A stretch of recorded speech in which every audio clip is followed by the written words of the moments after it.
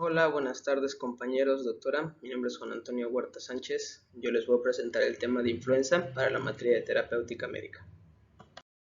Cuando hablamos del virus de la influenza, tenemos que tener en cuenta que es un virus RNA que tiene una hemaglutinina en su capa externa. Esto es un antígeno mayor al cual se van a unir los anticuerpos neutralizantes. La función principal de esta hemaglutinina es la adición a las células a través del ácido ciálico en la superficie del epitelio respiratorio. Y, de igual forma, en su capa externa cuenta con una neuraminidasa, la cual va a facilitar la liberación de viriones en la célula del hospedero. Y bueno, vamos a hablar acerca de cuándo tenemos nosotros que sospechar influenza. Aquí tenemos que tener mucha atención en las fechas en las cuales nosotros vamos a atender a nuestro paciente, ya que la influenza es mayormente incidente en los climas fríos. Esto se refiere a la época de otoño-invierno, llámese desde el mes de septiembre hasta el mes de marzo. En el cuadro clínico vamos a tener que se presenta fiebre, escalofríos, cefalea, malestar general. A esto, conforme el desarrollo de la enfermedad, se va a agregar tos, dolor faríngeo y congestión nasal. Esto se los voy a explicar en la siguiente diapositiva. Lo que podemos ver en esta diapositiva es una tabla comparativa entre lo que sería la influenza y un resfriado común. Hay que tomar mucho en cuenta estos síntomas para poder dar un diagnóstico certero y así poder dar una buena terapia. Lo que podemos notar es que la fiebre regularmente en la influenza se puede elevar hasta los 39 grados o más, 40-41 grados, mientras que en el resfriado común no sobrepasa los 38 grados. Los escalofríos van a ser presentes en la influenza y en el resfriado no. La cefalea puede ser brusca o intensa y en el resfriado pocas veces se va a presentar cefalea. Malestar general está presente en la influenza y en el resfriado raras veces se presenta. Las mialgias son intensas y de inicio súbito y el resfriado son muy leves o a veces no existen. La odinofagia, lo que vendría siendo el dolor de garganta, se presenta regularmente en la influenza de acuerdo al desarrollo de la enfermedad, después de casi 48 horas, mientras que en el resfriado es muy común que esté presente al inicio de la enfermedad. Al igual que la congestión nasal, los estornudos y la tos, en la influenza se presentan de acuerdo al desarrollo de la enfermedad, mientras que en el resfriado están presentes casi todo el tiempo. La postración es la necesidad de descanso o de no querer realmente realizar ninguna actividad.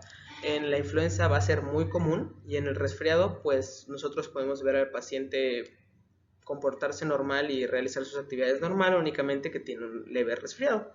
Y a la aparición, que esto también es importante, como ya les mencioné, en el mes de septiembre a marzo, que son los climas fríos, y el resfriado en cualquier mes. Algo que tenemos que tener en cuenta es un diagnóstico diferencial con Zika, dengue y chikungunya, estas entidades que realmente han tenido un aumento de casos estos últimos meses. Esto es importante ya que el cuadro puede llegar a confundirse con influenza. Aquí lo que tenemos que hacer para poder diferenciarlo es la zona endémica en la que nos encontramos. Si nosotros nos encontramos en la zona endémica de Zika dengue, pues es muy probable que tenga este cuadro y que sea la enfermedad de Zika y no una influenza. Lo que podemos ver aquí es un pequeño mapa que nos ejemplifica el desarrollo de la enfermedad. Una vez que nosotros nos ponemos en contacto a través de gotitas de flush, que es regularmente como se obtiene la influenza de humano a humano, se va a incubar durante 24 horas, es 24 a 48 horas. Esto pues nos va a dar un inicio súbito, lo cual se va a manifestar con fiebre, cefalea, calofríos, mialgia y anorexia, o sea, no vamos a tener ganas de consumir alimento. Conforme pasa el tiempo, se pueden presentar otras manifestaciones, como vendría siendo la fotofobia, conjuntivitis, presión ocular y lagrimeo. Aunado a esto, conforme pasan el tiempo, las 48 horas, se van a agregar los otros síntomas que ya les había mencionado, que vendría siendo tos seca, descarga nasal, dolor faríngeo.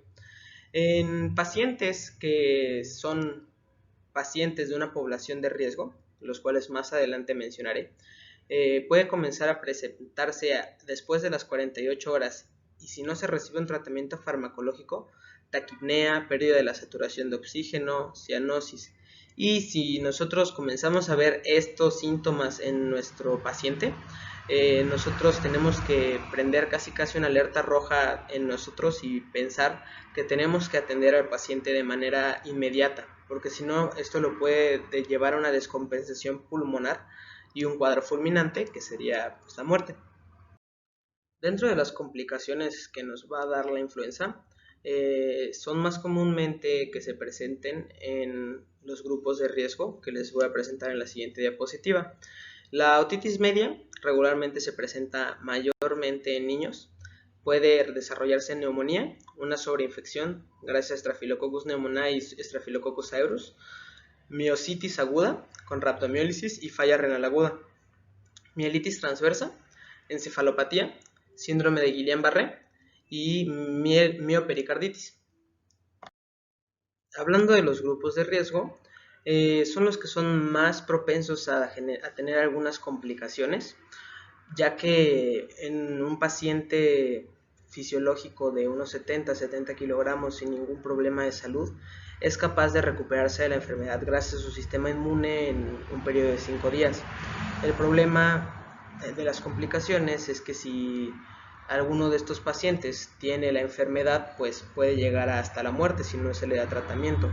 Estos grupos de riesgo serían los menores de 5 años, en este caso aún más expuestos los menores de 2, adultos mayores de 65 años, los cuales viven en asilos también, debido a que dentro de los asilos existe mucho hacinamiento, mujeres embarazadas y posparto, personas que han tenido terapia a largo plazo con ácido acetilsalicílico, llámese personas que han sufrido EBCs y cardiopatías, y algunas condiciones crónicas como lo vendría siendo trastornos pulmonares como el asma, trastornos neurológicos y de neurodesarrollo, desórdenes endocrinos, desórdenes renales, desórdenes hepáticos, diabetes, enfermedades inmunodeficiencias como VIH, obesidad extrema. Algo que es muy sorprendente es que en la pandemia del 2009 los pacientes que más sufrieron complicaciones aquí en México fueron los pacientes obesos y tenían una mayor incidencia de hospitalización. Bueno, vamos a hablar del tratamiento farmacológico. En esta imagen me encargué de marcar los dos puntos en los cuales van a actuar nuestros medicamentos, el cual sería la neuraminidasa, que es una proteína de unión, y el canal M2, que es un canal iónico que se encarga, pues ambos se encargan de llevar a cabo una unión para que el virus se pueda replicar dentro de nuestra célula respiratoria.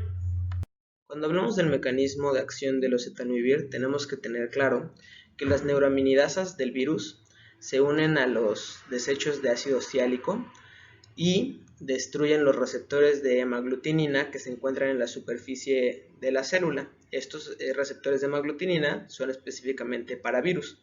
Entonces, oseltamivir lo que hace es que se une a estos neuraminidasas y hace un cambio conformacional en su receptor, lo cual inhibe su actividad. En cuanto a su farmacodinámica, pues podemos ver que es un análogo del ácido ciálico y es un potente inhibidor de las neuraminidasas del virus. La farmacocinética está dada por la administración oral, tiene un tiempo de vida media de 10 horas, su metabolismo es hepático y deja un metabolito activo que es el carboxilato, y los alimentos no reducen su biodisponibilidad. La excreción es casi al 100% renal. Se podría decir que el oseltamivir es el medicamento número 1 para el tratamiento de la influenza en nuestro país. Como ya vimos, es un inhibidor de las neuraminidasas del virus. El espectro va a ser la influenza A y la influenza B. La dosis de adulto va a ser 75 miligramos cada 12 horas por 5 días. Hay algunos artículos que refieren que se puede aumentar la dosis solo si el caso de la influenza, el caso del paciente comienza a ser mucho más severo. La dosis pediátrica se ajusta de acuerdo al peso. En este caso, si nosotros tenemos un paciente de 1 año, tenemos que darle 3 miligramos por kilo de peso. Si nuestro paciente pesa 15 kilogramos, nosotros tenemos que recetar 30 miligramos por cada 12 horas. Si nuestro paciente pesa de 16 a 30 kilogramos, tenemos que darle 45 miligramos por cada 12 horas. y si nuestro paciente supera los 40 kilos, se le puede recetar 75 miligramos por cada 12 horas por 5 días, como a los pacientes adultos. En casos de insuficiencia renal, la depuración de creatinina es de 30 a 60 mililitros, pues nosotros tenemos que dar la mitad de la dosis, en este caso 30 miligramos cada 12 horas. Y si nuestro paciente ya tiene la necesidad de tener hemodiálisis, pues se va a espaciar el consumo. En este caso se va a consumir cada tercer día o a veces 2 veces por semana. La eliminación es totalmente renal y su tiempo de vida media es de 10 horas, es por eso que se envía cada 12 horas. El zanamivir puede ser otra opción terapéutica, es un análogo del estado de transición del ácido ciálico y es un potente inhibidor de las neuraminidasas del virus. Su farmacocinética, la administración es inhalada, es un polvo blanco el cual viene con un dispensador, tú te lo colocas en la nariz y lo inhalas. El tiempo de vida media es de 2.5 a 5 horas, su metabolismo es hepático y su excreción es renal. Una desventaja del zanamivir es que no está disponible en el país. Como ya dijimos, es un inhibidor selectivo de las neuraminidasas. Funciona para ambos virus, influenza A e influenza B. La dosis en el adulto tiene 2 inhalaciones de 5 miligramos cada 12 horas. La dosis pediátrica es la misma, es un medicamento muy seguro en pacientes pediátricos y esto puede ser consumido a partir de los 2 años. Y la dosis en insuficiencia renal se ajusta de acuerdo al filtrado glomerular. El tiempo de vida media es de 2.5 a 5 horas y su eliminación es renal. Tiene ciertas contraindicaciones debido a que los pacientes con asma e hiperactividad bronquial no lo pueden tomar, ya que si lo consumen van a empezar a sentir taquipnea y dificultad para respirar y esto les puede desencadenar un cuadro muy fuerte de asma o de la enfermedad con la que cursan. Por último tenemos nuestra última opción terapéutica, la cual es la amantadina. La amantadina, para entender su mecanismo de acción, tenemos que saber que el locus del virus de la influenza es el M2, es un canal iónico, el cual si se interfiere de manera temprana, se inhibe la formación del ácido complejo ribonucleoproteína y como se inhibe esta formación, se inhibe la replicación temprana. La farmacodinámica de la amantadina es inhibir la fase inicial de la replicación viral. Su farmacocinética va a estar dada a través de una administración oral. Tiene un tiempo de vida media de 2 a 18 horas. Tiene un metabolismo en el cual se excreta por la orina y no se metaboliza. Y la excreción renal es casi al 100%. La presentación de la amantadina en el país es muy común encontrarla en combinación con el paracetamol.